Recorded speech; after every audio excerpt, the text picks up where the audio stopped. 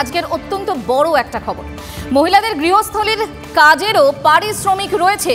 কোনো মহিলা অফিসে চাকরি বা ব্যবসা করে টাকা রোজগার না করলেও তিনি দিনের যত সময় বাড়ির কাজ করেন তার পারিশ্রমিক বা বেতনযোগ্য।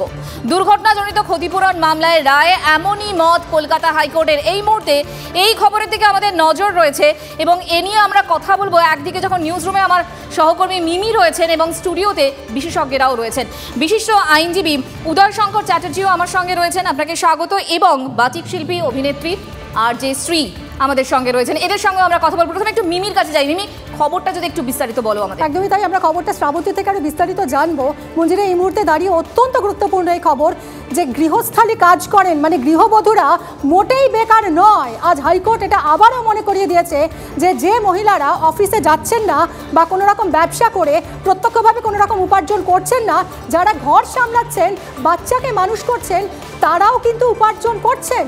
তাদের এই কাজটাও কিন্তু উপার্জন করারই মতো এবং বেতন তারাও দাবি করতে পারেন, তারাও বেতন পাওয়ার কাজটাই করছেন। এবং এই নিয়েই হাইকোর্ট আজ ঠিক কী বলেছে আমরা শ্রাবন্তীর কাছ থেকে আরও সবিস্তারে জানি। শ্রাবন্তী, কোন মামলার প্রেক্ষিতে আজ হাইকোর্ট এই কথা বলেছে এবং এই কথা আদালতকে কেন মনে করিয়ে দিতে হচ্ছে যে গৃহবধূরা তোমরাও রোজগার করছো, তোমরাও মোটেও বেকার নও? দেখো, এটা দুর্ভাগ্য নিশ্চয়ই যে আদালতকে এরকম একটা রায় দিতে হচ্ছে এবং কলকাতা হাইকোর্ট একটি অ্যাক্সিডেন্টের মামলায় এই রায় দিতে গিয়ে সুপ্রিম কোর্টের কথা মনে করিয়ে দিয়েছে যে 2008 সালে একটি গাইডলাইনে সুপ্রিম কোর্ট স্পষ্ট জানিয়ে দিয়েছে যারা বাড়িতে রয়েছেন, যারা হাউস হোল্ডের কাজ করছেন, বাড়ির কাজ করছেন, তাদেরকে বেকার বলে গণ্য করলে হবে না। প্রত্যেক দিন 100 টাকা করে দিতে হবে। একজন গৃহবধূ, তার বর্ধমানে একটি অ্যাক্সিডেন্ট হয় এবং তিনি মারা যান সেখানে। সেই সময় তার বয়স ছিল 45 বছর। তাকে ক্ষতিপূরণ হিসেবে ইন্স্যুরেন্স কোম্পানি মাত্র 1 লাখ টাকা দেয়। পরবর্তী সময় তার ছেলের বক্তব্য ছিল যে এর থেকে বেশি টাকা তারা পাবেন। এখানেই বিচারপতি উদয়বাবু তিনি এই মন্তব্য করছেন। তিনি সুপ্রিম কোর্টের যে রায় রয়েছে সেটাকে উল্লেখ করছেন এবং একই সঙ্গে তিনি মনে করিয়ে দিচ্ছেন যে গৃহবধূ মানে তিনি বেকার, এটা ভাবলে চলবে না। একই সঙ্গে ওই যে স্ত্রী ছিলেন, ভদ্রমহিলা ছিলেন, তার বয়স সেই সময় ছিল 45। তিনি যদি 60 বছর কমপক্ষে বেঁচে থাকতেন তাহলে তার যে রোজগারটা ছিল সবটা মিলিয়ে তার ছেলে এবং বা তার পরিবার তাদের হাতে তুলে দিতে হবে। এবং এই ক্ষতিপূরণটা নির্ভর করছে যে গৃহবধূকে একসঙ্গে দেখলে চলবে না। তিনি যে কোনো কাজ করতে পারছেন না, তিনি রোজগার করছেন না, এটা ভাবলে হবে না। তোমাকে যেমনটা বলছিলাম, দুর্ভাগ্য যে আইন করতে হচ্ছে। যদি কোনো উপার্জনক্ষম মানুষ তার যদি মৃত্যু হয় সেই ক্ষেত্রে যে ক্ষতিপূরণ হবে, যদি কেউ উপার্জন না করে থাকেন তার ক্ষেত্রে সেটা সম্পূর্ণ আলাদা। আইন কি বলছে? দেখো, যখন আমরা কেউ রোজগার করছি তখন তার একটা স্যালারি রয়েছে, সেই স্যালারির উপরে নির্ভর করে খুব সহজেই অঙ্কটা কষে নেওয়া যায় যে তিনি এত বছর পর্যন্ত বাঁচলে কতটা টাকা রোজগার করতে পারতেন। কিন্তু যিনি বাড়িতে রয়েছেন, যিনি সন্তান প্রতিপালন করছেন বা স্বামীকে বিভিন্ন কাজে সাহায্য করছেন, তার ক্ষেত্রে কি করে এই ক্রাইটেরিয়াটা কি হবে? সুপ্রিম কোর্টের বক্তব্য হচ্ছে প্রত্যেক দিন 100 টাকা করে ভাবতে হবে এবং সালটাও মাথায় রাখতে হবে মিমি 2008, তারপরে এত বছর কেটে গেছে।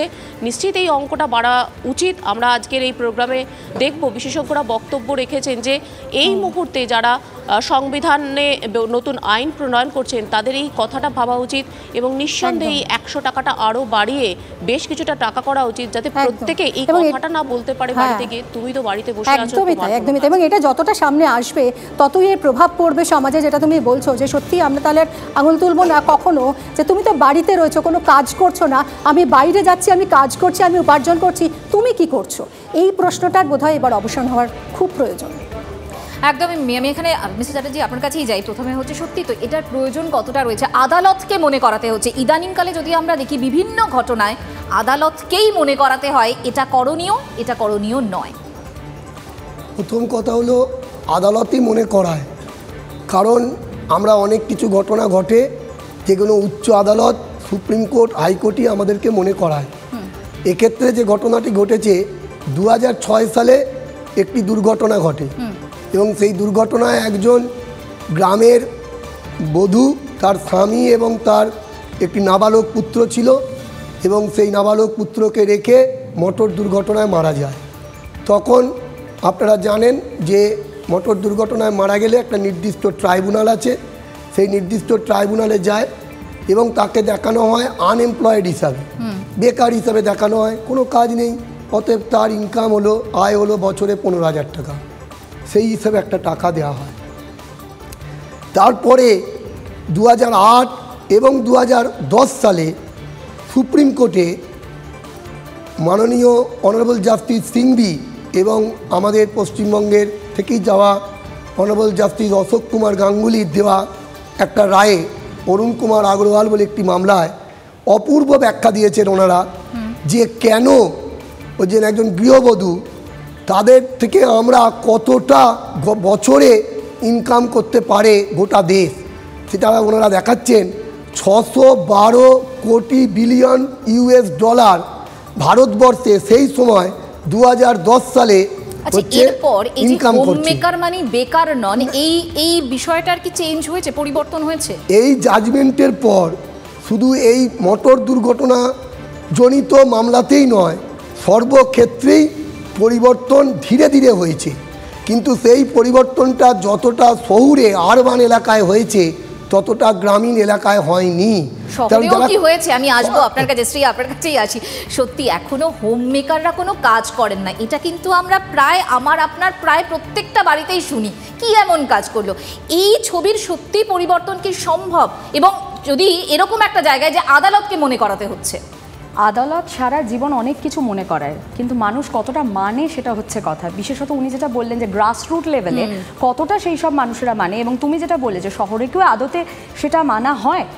আজও দৈনন্দিন জীবনে যে কোনো মধ্যবিত্ত উচ্চবিত্ত বাড়িতেও এবং অত্যন্ত শিক্ষিত পরিবারেও এটা কিন্তু মেয়েদেরকে শুনতে হয়, তুমি আর কি করো, দুপুরে খাওয়া দাও ঘুমো। হ্যাঁ, কিন্তু সেই মানুষটা যদি একদিন কাজ করা বন্ধ করে দেয়, বাকিরা কিভাবে চলবে এটা বলার সময় কেউ ভাবে না। এবার আদালত যদি মনে করিয়েও দেয়, সেটা ফাইনালি লং রানে কতজন অ্যাকচুয়ালি মনে রেখে রোজ সেটাকে কার্যকরী করবে বা সেই সম্মানটা দেওয়ার চেষ্টা করবে এবং কতটা ধীরে ধীরে সেই গ্রোথ রেটটা বাড়বে, এটা বলা সত্যি আমার পক্ষে আজকে এখানে দাঁড়িয়ে খুব ডিফিকাল্ট। আমার ধারণা সমস্ত মেয়েদেরকে, ইনফ্যাক্ট যারা ইকোনমিক্যালি ইন্ডিপেন্ডেন্টও, মানে আমি শুধু বেকার, তাদেরকেও তারা যদি বাড়িতে কোনো কারণে কাজে সেই সময়টা না দিতে পারেন, বাচ্চাকে সময় না দিতে পারেন, তাকে শুনতে হয় তুমি তো বাইরে ফুর্তি করতে যাও, তাহলে বাড়ি এসে সময় দেবে কি করে? যেন অ্যাজ ইফ এই দুটো কাজ করাটা তারই দায়িত্ব। অপরপক্ষকেও তো ভাবতে হবে যে সেও যেমন বেরোচ্ছে আমাকেও সেই সাপোর্টটা দিতে হবে। এটা এখনো আমাদের সংসারটা দুজনের, এক্স্যাক্টলি। সো গোটা সোশ্যাল সিস্টেমেই এখনো কিন্তু সেটা ওয়ার্কআউট করে না, অত্যন্ত উচ্চশিক্ষিত পরিবারেও করে না, এবং সেটা আমার নিজের চোখে দেখা, বারবার দেখা। সুতরাং এটা আস্তে আস্তে ডেভেলপ করা, মানে এই গ্রোথ রেটটা কতদিনে গিয়ে এটা ফাইনালি মানুষের মগজে, আমি বলছি না যে কারুর মগজে ঢোকে না, আমি নিজে একটা ওরকম পরিবারে থাকি যেখানে সবাই ইকুয়ালি সমস্তটা ভাগ করে করেন, কিন্তু সবাই তো আমার মতো লাকি হন না, এবং খুব কম সংখ্যক মানুষই হন বা মেয়েরাই হন। তো সেক্ষেত্রে এই গ্রোথ রেটটা সম্পর্কে কোনো গ্যারান্টি দেওয়া আমার পক্ষে সত্যিই ডিফিকাল্ট। একেবারে মিস্টার চ্যাটার্জি, আপনার কাছে এই আইনে কি বলা আছে? মানে ধরুন ক্ষতিপূরণের ক্ষেত্রে যিনি উপার্জন করেন আর যিনি করেন না, ফারাকটা কি অনেকটা ফারাক। তার কারণ মনে করুন আজকে আমি যদি মারা যাই অ্যাক্সিডেন্টে বাড়ি যাওয়ার পথে, মানে যেটা শ্রাবন্তীও বলছিল যে স্যালারিটা দেখে সেটা তাহলে বাড়ি যে মারা যায়, তাহলে আমার ইনকাম ট্যাক্স ফাইল আছে, সেই ইনকাম ট্যাক্স ফাইল দেখে তারপর আমার বয়স, মনে করুন আমার বয়স 50 বছর কি 52 বছর, তার সেই বয়স অনুযায়ী একটা গুণিতক আছে, সেই গুণিতকের হিসাব করে, এবং আমি যদি 60 বছর বা 70 বছর বাঁচি, তার একটা ফিউচার প্রসপেক্ট আছে, সেই ফিউচার প্রসপেক্টটা বয়স অনুযায়ী একটা পার্সেন্টেজ আছে, সেই অঙ্ক করেই হিসাব করে টাকা দেওয়া হয়। কিন্তু বেকারের ক্ষেত্রে তা দেওয়া হয় না। একটা বেকার মারা গেলে তাকে ধরে নেওয়া হবে সে 3000 টাকা বছরে ইনকাম করেছে। কিন্তু বর্তমানে যখন 2023-এ 2024-এ আমরা ঢুকতে চলেছি, এই জায়গায় দাঁড়িয়ে গৃহবধূদের ক্ষেত্রে মিনিমাম ইনকাম হওয়া উচিত 10,000 টাকা। তার কারণ শুধুমাত্র ফিজিক্যাল নয়, তার মেন্টাল একটা অ্যাটাচমেন্ট থাকে। এটা তো একটা রায় হয়েছে, এরপর এর যে বাস্তব একটা রূপায়ণ হলো সেটা আমরা কি দেখতে পাবো? কত তাড়াতাড়ি দেখতে পাবো? এই রায়ে আপনার যেহেতু ইন্স্যুরেন্স কোম্পানির উপর রায়টা হয়েছে, ইন্স্যুরেন্স কোম্পানি টাকাটা দিয়ে দেবে, এক্ষেত্রে কোনো অসুবিধা হবে না, হয়তো হবে না, এক্ষেত্রে অসুবিধা হবে না। এবং সব ক্ষেত্রে কতটা কি হবে সেটা বলতে পারবো না, তবে একটা জিনিস বুঝতে হবে যে গৃহবধূরা শুধুমাত্র কাজের কথা ভাবলে হবে না, মেন্টাল অ্যাটাচমেন্ট উইথ চিলড্রেন এটা একটা বড় ফ্যাক্টর। একটা গৃহবধূ অ্যাক্সিডেন্টে মারা গেল, তারপর তার মাকে হারালো বাচ্চারা, সেই মেন্টাল অ্যাটাচমেন্ট কিন্তু কখনো কম্পেনসেশন দিয়ে করা যায় না, সেটা 1 টাকাই হোক আর 1 কোটি টাকাই হোক। সুতরাং তার অভাবটা পূরণ করার ক্ষমতা কারুর পক্ষেই সম্ভব নয়, আমাদের পক্ষেও সম্ভব নয়, একেবারেই নয়। এবং হোম মেকারদের হোম মেকিংয়ের মধ্যে একটা বড় ভূমিকা রয়েছে, সেটাও কিন্তু কোনোভাবেই অস্বীকার করার কোনো ক্ষমতা আমাদের অন্তত নেই। এক লাইনে শ্রী কী বলবেন? দেখো, সবচেয়ে বড় কথা হচ্ছে গিয়ে যে আমরা বড়ই হই, জেনারেলি আমাদের জেনারেশন আমরা বড়ই হয়েছি, বা পরবর্তী জেনারেশনে অনেকে দেখেছেন যে আমরা বড় হয়েছি হোম মেকারদের দেখি। আমাদের মায়েরা ম্যাক্সিমাম মানুষই হোম মেকার ছিলেন, এখন অনেকেই বাইরে কাজ করতে বেরোয়, আমি আরবান লাইফের কথা বলছি। কিন্তু তবুও আমি বলবো যে এই যারা বাইরেও কাজ করেন, বাড়িতেও করেন, একদমই শ্রী, অর্থাৎ মনে হয় যে কোথাও যেন স্যালারিটা তো আসলে চোখে দেখা যায়, ব্যাংকে রাখা যায়, আর গৃহবধূদের এই সার্ভিসটা তো ব্যাংকে রাখা যায় না, তাই হয়তো কোথাও উপেক্ষিতই থেকে যান এরা।